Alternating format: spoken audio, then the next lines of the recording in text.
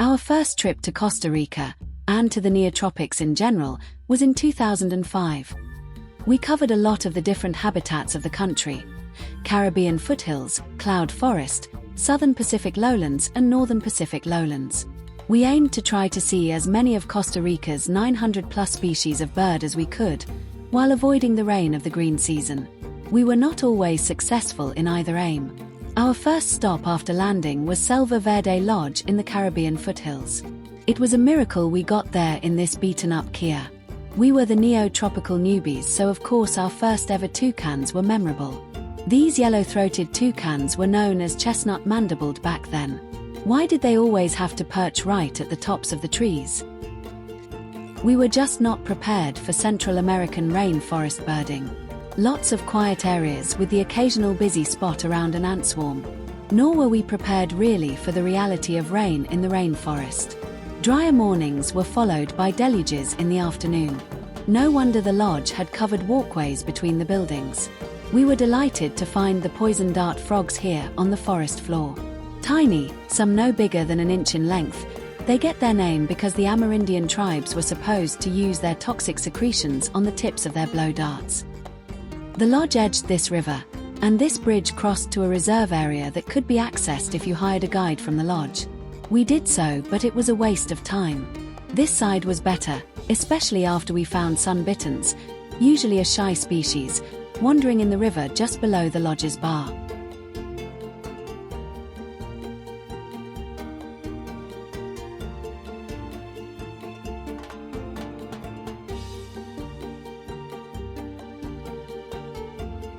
As the morning progressed, we were happy to wander the grounds of Selva Verde, finding interesting insects. That elephant beetle was as big as my hand. Our first keel-billed toucan completed the toucan set. A hieroglyphic cicada was interesting too. We had dubbed this the moped bug, as it sounded just like one.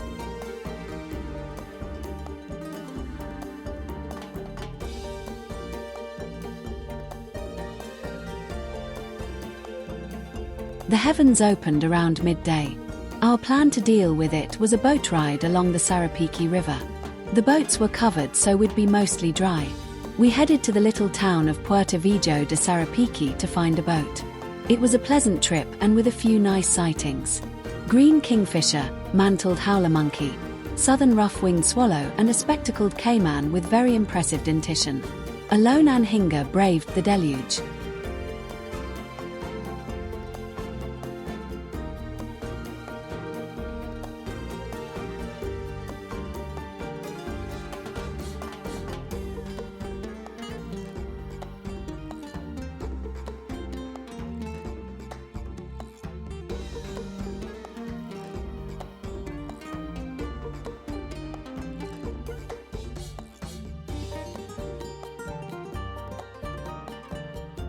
This male green basilisk was very impressive.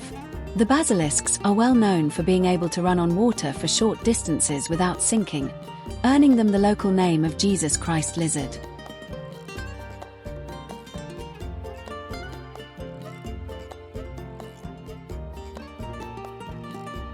Iguanas were to be everywhere on this trip. This is the black spiny-tailed iguana, Orsa tetnosaur. Our time in the Caribbean foothills was done. We were moving on to Monteverde and its famous cloud forest.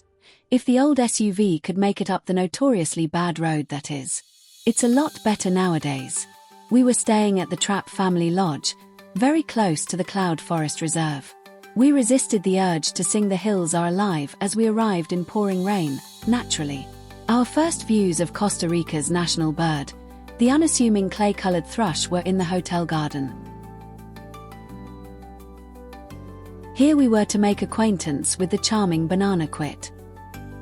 The next morning we took a stroll up to the Monteverde Cloud Forest Reserve, enjoying fleeting views of resplendent quetzal in the trees alongside the road. It was dark in the cloud forest, so any picture obtained of a slaty-backed nightingale thrush was a bit of a prize.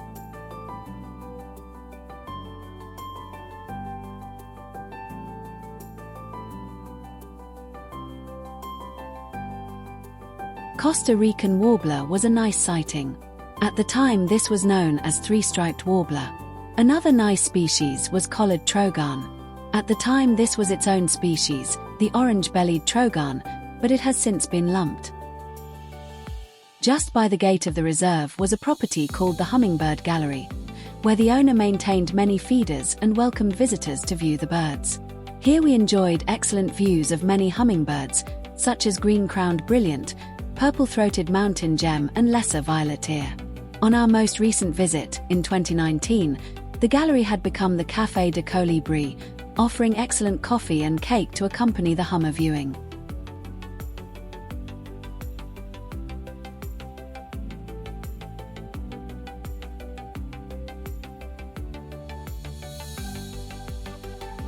The area surrounding Santa Elena is green and open, perfect for cattle grazing, and provided some different habitat to the cloud forest. By now we were ready for a little open country and some open country birds. A blue grosbeak was a nice sighting, as was a turquoise-browed motmot. Striped-tailed hummingbird was a special find. We dropped back into the Hummingbird Gallery, picking up violet saberwing, copper-headed emerald, and a female purple-throated mountain gem.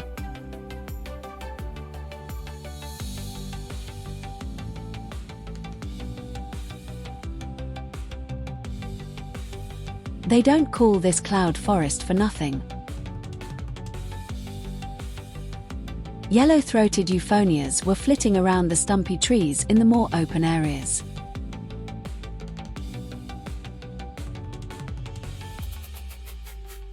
A fiery-throated hummingbird looked very odd. That bill is certainly not supposed to be shaped like that. It was time to move on once again, south to the Tarcoles area, passing Playa Caldera with its view of the Gulf of Nicoya and the Tarcoles River, where we photographed loafing American crocodiles from the safety of the bridge. We were booked into the Hotel Villa Lapis for the final 4 nights of our stay. This is set partway up a hill overlooking the Tarcoles River Plain and the Carrara National Park. A pleasant landscaped area. We were forewarned of what to expect by the covered walkways linking the buildings. Slightly scarily, we were the only guests in the large facility. We tended to rattle around a bit in the empty restaurant. Still, we made the best of it, exploring the grounds and picking up rufous-tailed hummingbird, tropical pewee, and a handsome great kiskadee utilizing the garden furniture as a perch.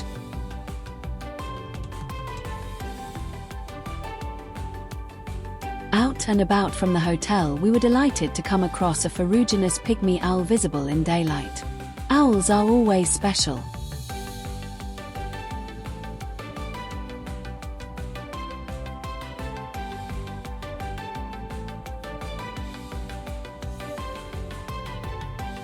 Along the edge of this country road we found the burrows of mouthless crabs, also known as blue land crabs. We are pretty sure that they are actually equipped with mouths, despite the name. Back at the lodge, after a rainy evening, we came back from the restaurant to find this tawny tree frog inhabiting the wall outside our room door.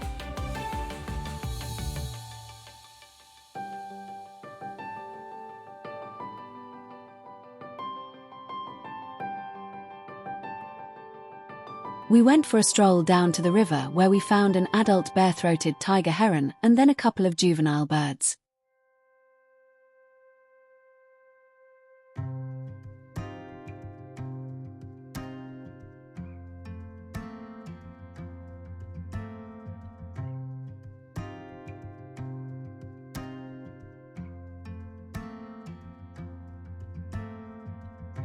Slightly higher up the slope from Villa Lapis was the Pura Vida Botanic Garden. Here we were greeted by the chance to hand-feed a yellow-throated toucan. You can really appreciate just how big they are when you get this close. The garden provided spectacular views of the distant Gulf of Nicoya, some splendid flowers and a few interesting birds.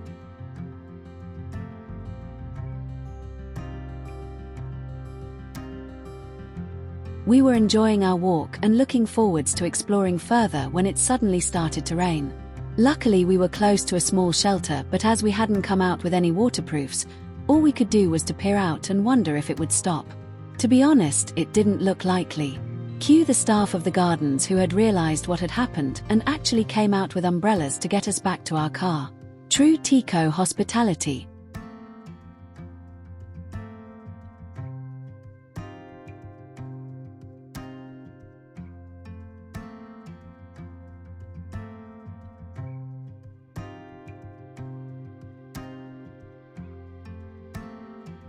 Birds of the area included a laughing falcon perched on a bare snag and a soaring black vulture.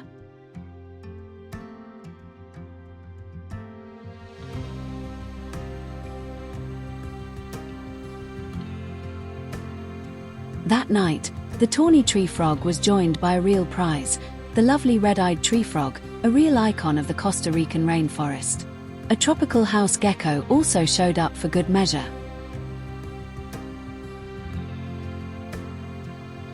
Down on the plains, we visited the Tarcoles River mangroves and Playa Azul, a beach of volcanic rock that looked very dramatic as the clouds gathered over the surrounding hills. We, however, had enough of the frequent rainstorms and decided to cut our losses and try for somewhere a little drier. The northern Pacific lowlands have that reputation, so we would go there. First stop was the Palo Verde National Park. We hadn't expected to visit this wetland park, but it was excellent and almost deserted. Once we found a park worker to let us pay, we enjoyed roaming around the large lagoon and found our first double-striped thick knees. We didn't know then that it would be almost 20 years to the day before we would see any more.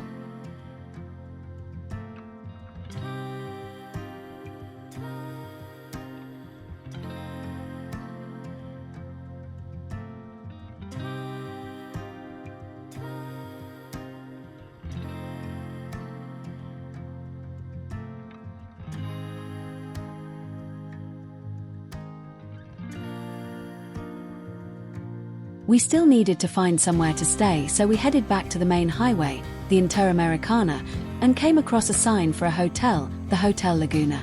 Maybe they would have room for us. I don't think you had to be a knight in shining armor to stay there. It turned out to be a brand new hotel, still not quite finished, and we were the very first guests.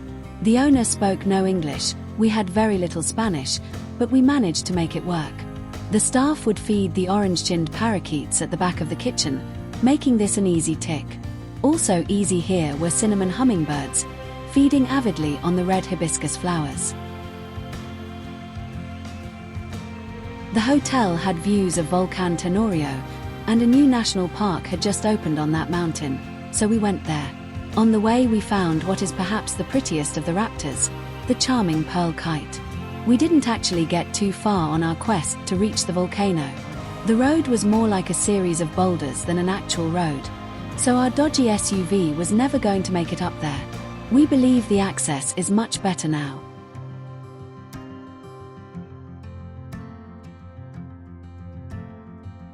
Instead, we decided to try another boat trip, this time on the Tempisque River, the one that flows through Palo Verde. Our last trip had been pretty good, but this one was something of a disappointment. We were the only customers, making the trip quite expensive, and the boatman was far more interested in showing us crocodiles than birding. We did see baby crocs, which was interesting. We also saw a few Central American white-faced capuchins working their way through the trees.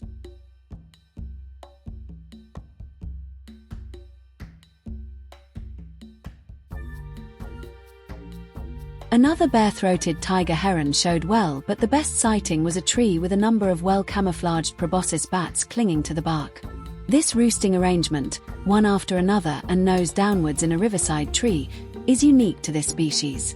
Our decision to move had been a good one. It had been drier in Guanacaste and we had seen some additional species, but now it was time to move to our last night's accommodation, near to San Jose and the airport. The Hotel Bougainvillea had a good reputation amongst birders because of its extensive grounds holding interesting birding opportunities. In particular, it was a known site for cabanis, then prévosts, ground sparrow. We had returned the car before arriving at the hotel. We dumped the bags and headed out to enjoy our last afternoon in Costa Rica. Tropical kingbird showed well and an eastern meadowlark belted out his song from the top of a tree. Movement in the ground sparrow area turned out to be white-eared ground sparrow. Not a disappointment, it was a tick also, but the cabanis remained elusive. Still, Lesson's motmot, and then known as blue-crowned motmot, showed quite nicely in the spot where the cabanis usually was.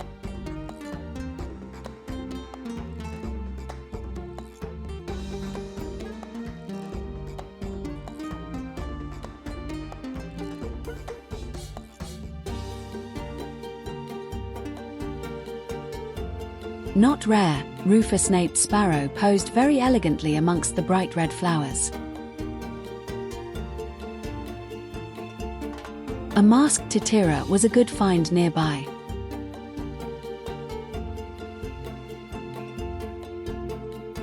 As dusk was falling, we finished off the Bougainvillea gardens with a male Hoffman's woodpecker and a handsome cinnamon-bellied saltator.